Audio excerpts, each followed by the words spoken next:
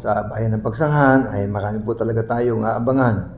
Una po, sa is coming September 18, groundbreaking po ng ating bagong munisipyo.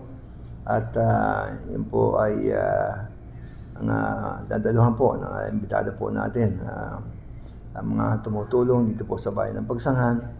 Unang-una po ang ating Senador Cocoy Pimentel ang nagbigay po ng budget para sa ating bagong munisipyo. At siyempre sa tulong din po ng ating Congresswoman Jam Agaraw.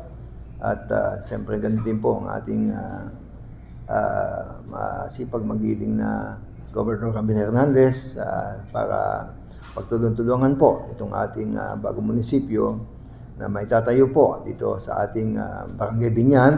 Dahil ito po magiging sentro ng ating komersyo. Kaya po ang gusto po natin ay pagdating po ng panahon na marami pong serbisyuhan, so hindi na po katulad ng dati na ang hiwa-hiwalay po ang ating mga opisina dito po sa bayan ng Pagsanghan. So ito po ay ating pag-iisahin na at para lahat ng mga tao na may pangangailangan na kukuha ng mga permits dito po sa ating bayan ay hindi na po sila mahihirapan.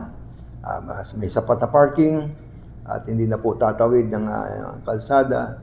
So para po lalo na sa ating mga senior na mga ihirapan sila ang pagbabayad ng kanilang pagbuwis at itatawid pa sila ng kalsada. Subalit ito po ang ating bagong munisipyo. Pag ito po ay nagawa, ito po ay malaking tulong sa ating mga taxpayer at siyempre po sa ating mga kabayan, lalo na po yung mag-apply ng bagong business kasi po siyempre darating po na dito si SM at malaking pong project ito, almost 15 hectares po ang laki ng kanyang gagawing development dito po ng ating SM mall. So yun po ang mangyayari sa mga susunod na araw. At sa ngayon po ay dahil September na at nalalapit na po ang ating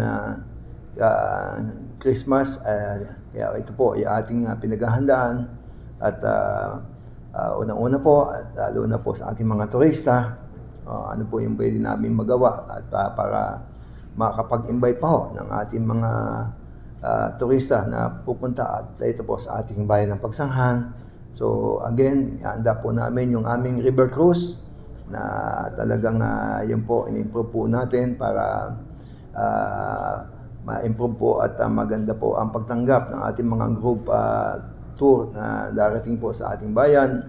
At syempre po ganun din po ating horseback riding at ito pong ating improve ang ating kalesa. Kaya po tuloy-tuloy lang po at sa dami po ng interesado na mag-invest dito po sa ating bayan. Kaya po kami ay nagpapasalamat una sa Panginoon Diyos, pangalawa sa ating mga kababayan sa bayan ng Pagsanghan na nakikiisa dito sa ating programa na napaasensohin po itong ating bayan ng Pagsanghan.